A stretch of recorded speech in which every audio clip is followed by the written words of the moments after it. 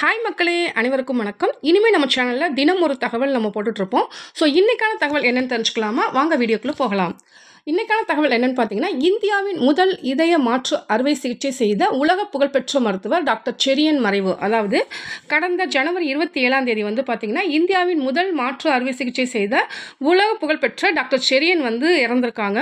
So உங்களுக்கான இதில் current affairs என்னென்னு பார்த்தீங்கன்னா, இந்தியாவின் முதல் இதய அறுவை சிகிச்சை செய்த உலக புகழ்பெற்ற மருத்துவர் யாருன்னு பார்த்தீங்கன்னா டாக்டர் செரியன்.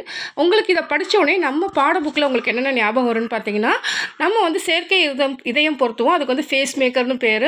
அது இல்லாமல் இதயத்தில் வந்து பார்த்திங்கன்னா மொத்தம் 4 அறைகள் இருக்கும். வலது ஆரிக்கிள், வலது வென்ட்ரிக்கிள், இடது ஆரிக்கிள், இடது வென்ட்ரிக்கிள் இருக்கும்.